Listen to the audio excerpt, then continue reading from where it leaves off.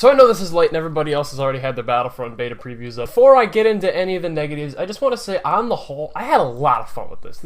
It's fun. And all the bad practices of EA, maybe the lack of cut content aside, because, I mean, granted, they want to get it out for the movie, but at the same time, that's not our problem. And I've babbled enough on my thoughts about that. But I want to talk about the actual game itself. I think it's great. If they do not change anything, if they release it in its current state, I will buy it. Star Wars Battlefront is probably the best looking game I have seen on PS4. Everybody's been all like, oh, this game looks amazing, this game looks amazing, this game looks amazing. Well, this game actually looks amazing. At the same time, it's 900p, 60 frames per second on PS4. And yes, it looks amazing, but don't tell me that there's no difference between 900p and 1080p, because there absolutely is. There's a huge difference from 720 to 900. There's a huge difference from 900 to 1080. If you do the math, it's like a If you ask me, I think Solus is kind of an ugly map. I mean, I don't like the color of it. I just don't. And on Solus, you can definitely notice the 900p. Now, Hoth looks gorgeous. Hoth is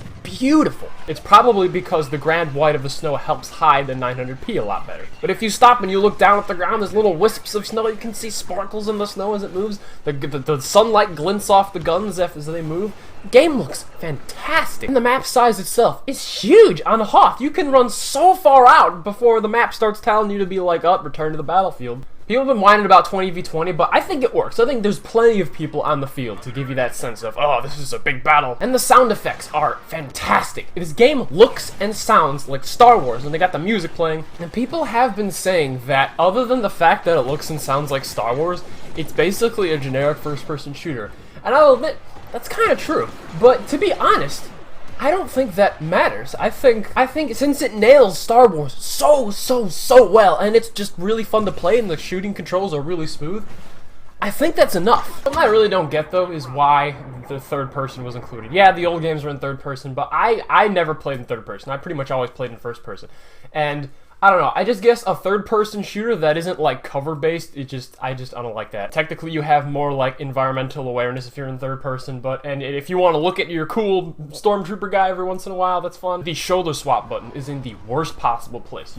You have to stop moving to swap shoulders. The Last of Us did this perfectly. The shooting's very smooth, it's very fun, I get lots of kills, and I'm awesome. Yeah, there's lots of balance issues, it's a beta, the Walker Assault is way too hard for the Rebels, the Cycler Rifle's really OP, but the thing I hate most is the damn pickups. To be honest, I would rather most of these pickups be kill streaks. Yeah, I know, that's Call of Duty, we don't want it to become Call of Duty. That's more fair, then you're getting what you deserve instead of just coming across a random thing.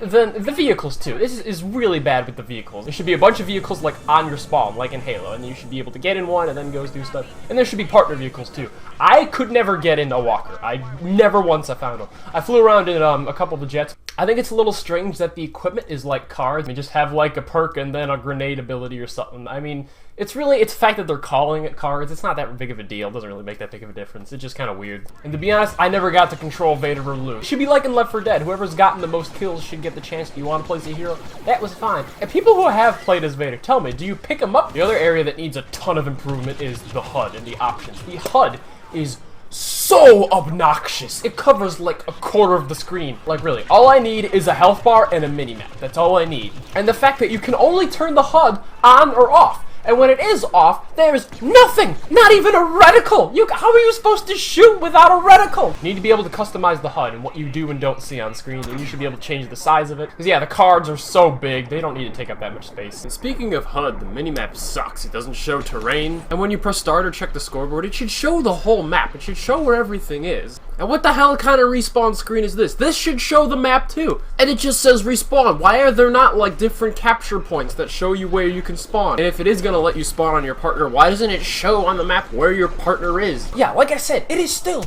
really fun. This is one of the few games this year that's like addicted me to keep wanting to play. But I imagine with enough game modes and enough maps, I will be playing this well into 2016. Something that'll be sorely missed is the Clone Wars era. That would add such a great visual variety to the game. And there'll be new vehicles, and you can go in the Republic gunships, and there's the Beetle Walker things. Like, that is half of Battlefront. I'm okay with them abandoning space battles in the campaign, but they should have done the Clone Wars. But for goodness sakes, if there's like paid campaign and Clone Wars and space battles DLC, I don't know what I'm gonna do.